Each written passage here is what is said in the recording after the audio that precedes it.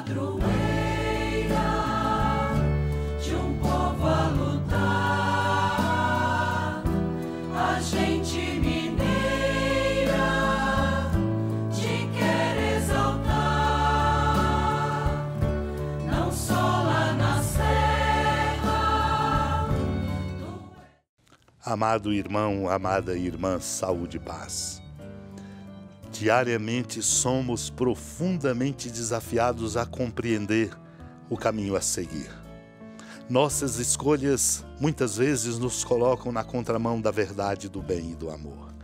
Por isso precisamos compreender a Ele, Cristo, o Senhor de nossa vida, e firmar nossos passos no seu seguimento. A exemplo de sua mãe, mãe dele, que dele se torna uma discípula exemplar. Somos chamados a compreender este mistério como ele nos diz na palavra de hoje. O Filho do Homem vai ser entregue nas mãos dos homens e eles o matarão. Mas 3 dias após sua morte ele ressuscitará.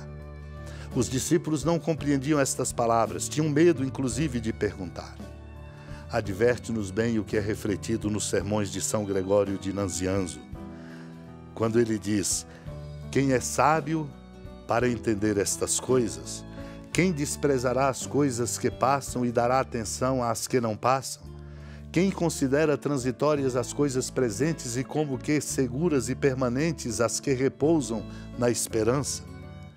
Quem é capaz de distinguir as coisas que na realidade existem daquelas que só têm aparências?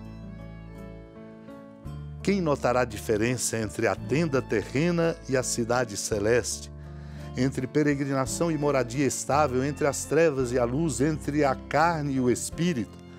Quem consegue discernir entre Deus e o príncipe deste mundo? Entre a sombra da morte e a vida eterna, entre tudo aquilo que cai sob os nossos sentidos e aquilo que não vemos? Feliz o homem que, discernindo e separando com a espada afiada do verbo as coisas melhores das piores, decide em seu coração a santa viagem e, fugindo com todas as forças deste vale de lágrimas, procura as coisas do alto. Crucificado para o mundo com Cristo, ressurge com Cristo e sobe com Ele, recebendo por herança uma vida não mais caduca e perecível.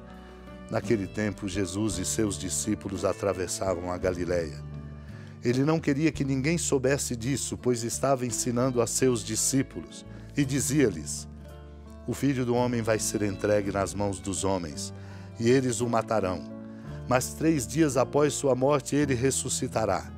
Os discípulos, porém, não compreendiam estas palavras e tinham medo de perguntar.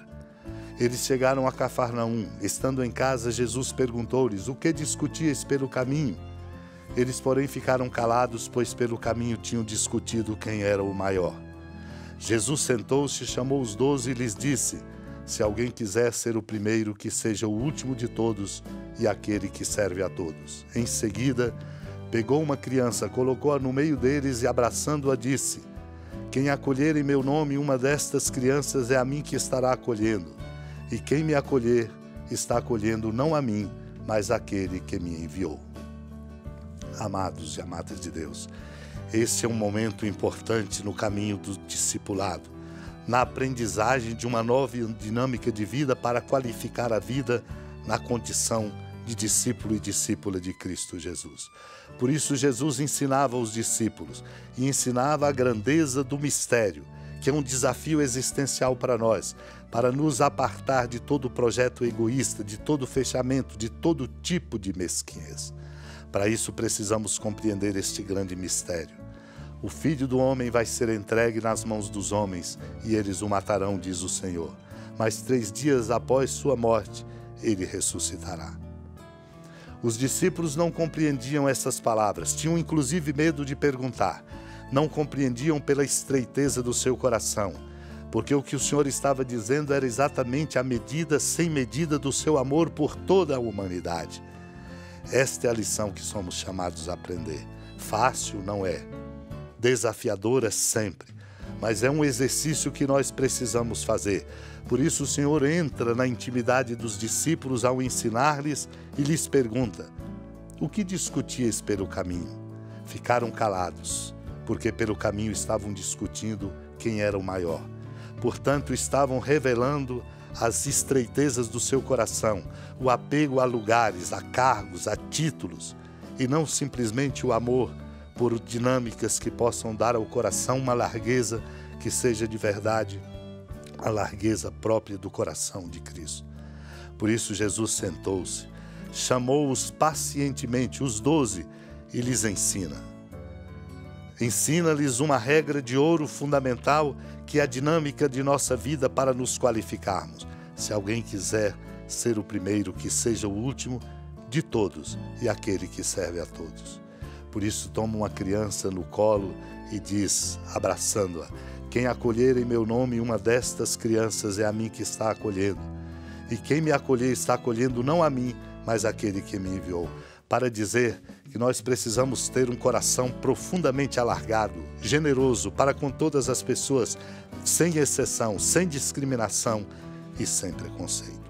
Somos então, irmãos e irmãs, desafiados e chamados a deixar brotar pela graça de Deus em nossos corações a sabedoria que não nos pode faltar, como reflete nas homilias sobre o Eclesiastes São Gregório de Nissa, recordando-nos: há um tempo de dar à luz e um tempo de morrer, muito bem expressa no princípio de suas palavras e a necessária ligação a unir a morte ao nascimento.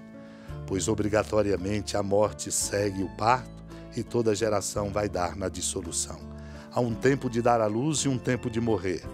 Somos, portanto, chamados pela graça de Deus e numa abertura profunda a compreender o rumo de nossa vida, as interpelações que o Senhor nos faz e, sobretudo, a resposta que devemos dar, porque somos responsáveis, corresponsáveis, construtores de uma sociedade justa, fraterna e solidária, enquanto caminhamos para o reino definitivo.